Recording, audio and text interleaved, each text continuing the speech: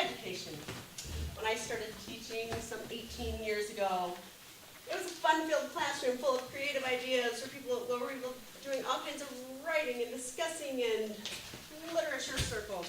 And then came along No Child Left Behind.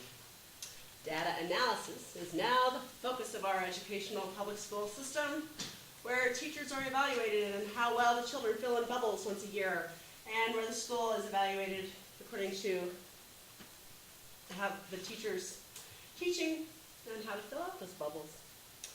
So it would be fun and wonderful to have critical thinkers that graduated, to have intellectual arguments, full of creativity, and where is now real student learning?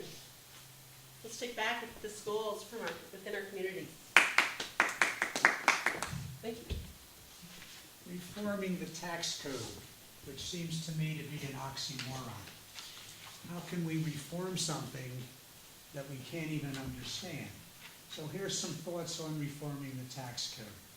Reflect the needs of the middle class and working families, not the interest of multinational corporations and the extremely wealthy.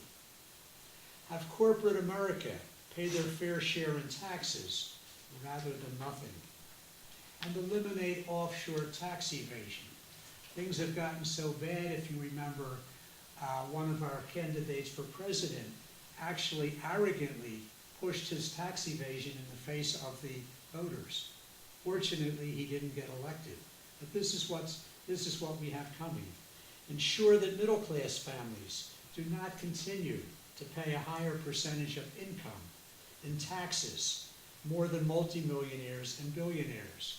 You may remember Warren Buffett's statement that he paid a lesser percentage or a higher percentage in taxes or a lesser percentage in taxes than his secretary. Something's wrong here. Ensure that all taxes, federal, state, and local, are progressive and not regressive.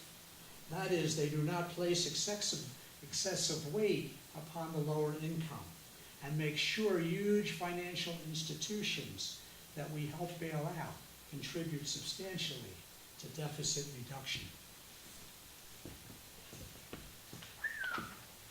Minimum wage and poverty.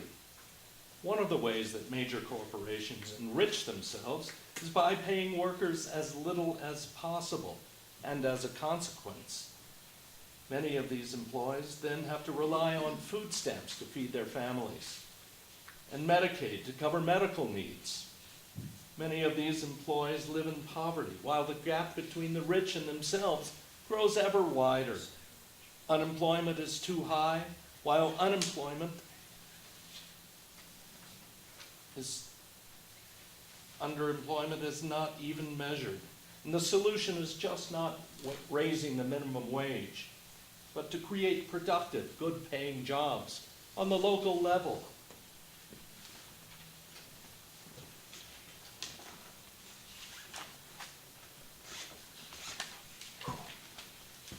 After 9/11, Congress rushed to pass the Patriot Act that greatly expanded U.S. powers by the government to spy on American citizens. Some politicians insisted that oversight from Congress and the judiciary would minimize violations of our civil liberties and ensure that only legitimate terrorism suspects and foreign agents would be targeted. But we know now that the government spying on innocent Americans has occurred with astounding frequency. We need to repeal the Patriot Act and restore our constitutionally protected civil liberties. Now, this is where I usually explain how ETs have influenced humanity for thousands of years, but there's so much information about this now on cable that I can't even keep up with it. And I eat this stuff at breakfast. So, I thought I'd talk about something a little more direct, about you and your family. So some researchers took a family of rats and mice and fed them genetically modified organisms, GMOs, Well, the first generation, they didn't do too bad. Second generation, though, their immune systems got a little faulty, and there's signs of sterility.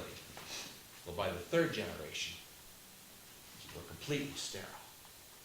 But you and I are not rodents. So, the researchers went to primates, you know, monkeys and chimpanzees, and the same thing happened to them, which means the third generation, like your grandchildren, might become completely sterile. It's too bad. You know, I wish Monsanto would have told me earlier. I wouldn't have gone out and had that expensive vasectomy.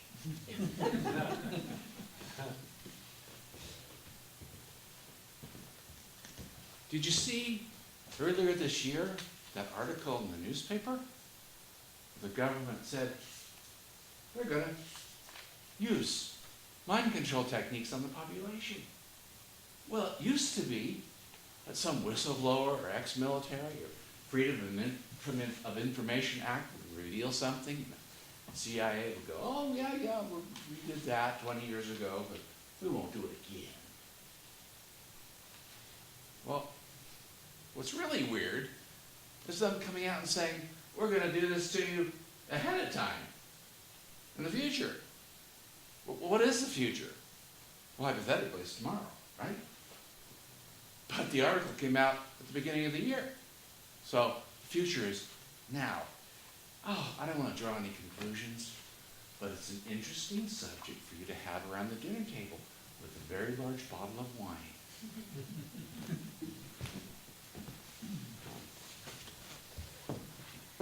Well, we've talked a bit about politics and money, and I want to talk a little bit about climate change and our environment.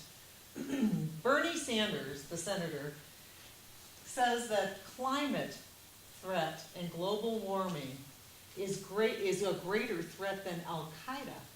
So if we think about that, what are we doing to kind of deal with that particular issue? Part of the problem is that while 97 out of 100 experts agree that humans are causing the global warming due to greenhouse gas emissions, primarily from vehicles and oil, the burning of oil for heat and things like that. Even though that's happening, there are people that can't be convinced of that. So that's actually one of the things I wanted to talk about in addressing any issue, whether it's financial, whether it's political, whether it's something about climate change, because we see it. We see the climate changing. We see it all around us, what the weather's doing here and elsewhere.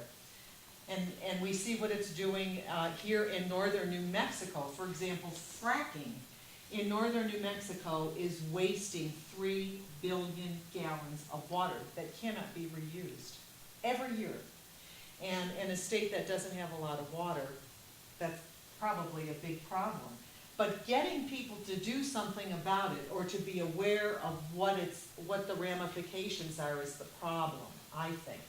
So one of the solutions that I found was a psychological study that said that the way an issue is presented to people has a tremendous effect on how they perceive it. So for people who are environmental activists, talking about things like global warming is nothing for them to accept. But for other people whose ideology, perhaps, prevents them from believing that a scientific study would state something like that, this study found that if they framed it in a certain way so that people thought that they were part of a majority that believed that, partly, that was part of it, and also that the solutions were something that they could provide. So say, for example, it was a very conservative person who did not believe in global warming. And they were presented with the data about these scientists and this effect of global warming.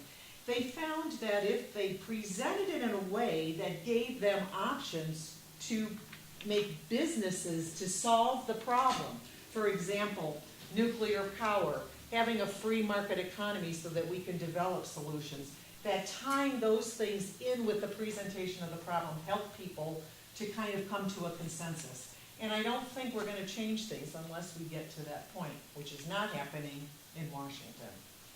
So we have to, I think, do it on our own.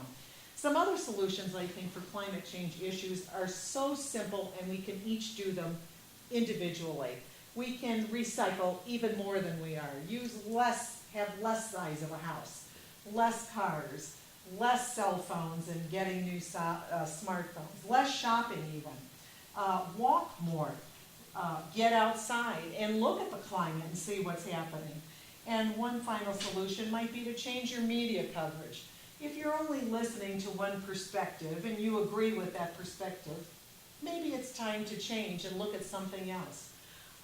Or listen at least to some other perspective. Don't complain about things, subscribe to different magazines or books or newspapers that promote proactive solutions. Donate to those organizations. And if you're a business person, advertise in those kinds of publications. Advertise on those news programs. Anyway, that's all I want to say. Banks. I've always been fond of banks. When I was a youngster, my mother would take me every Friday night when she got her weekly paycheck. Those of you that remember weekly paychecks.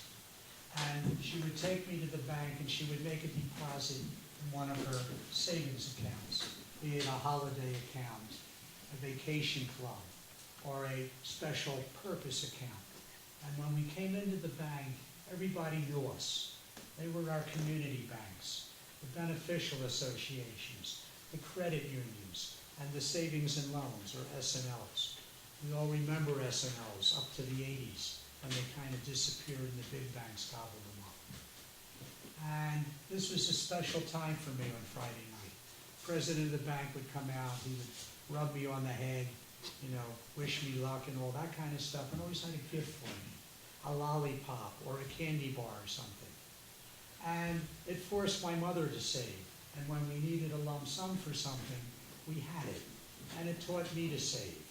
And the banks were in the community, in the neighborhood, and they were in business to help the people, not to increase their profits. So when we needed money to buy a car, or buy a house, or start a business, they helped us get the loan. They didn't look at us on how much profit we would add to them. And they lived on our deposits, of which they, at that time, paid us 4%. And if we needed money, they charged us 6%. And they lived off the difference. And nobody made millions or billions. They all were comfortable, they lived in their neighborhood.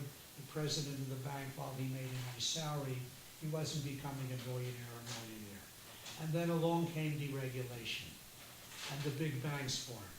They gobbled up all the little banks. Many of the S&Ls had had trouble in the 80s with the S&L scam, and also they started to get in businesses they shouldn't be. And everybody then became in profit center to them. So every loan they put out, including their subprime mortgages, they looked at maximizing their profits. And then once they got people to do something they didn't, they sold them off. So my question to all of you is, why can't we go back and bring those community banks back into our community? Because the big banks have failed. They failed us and they failed the community.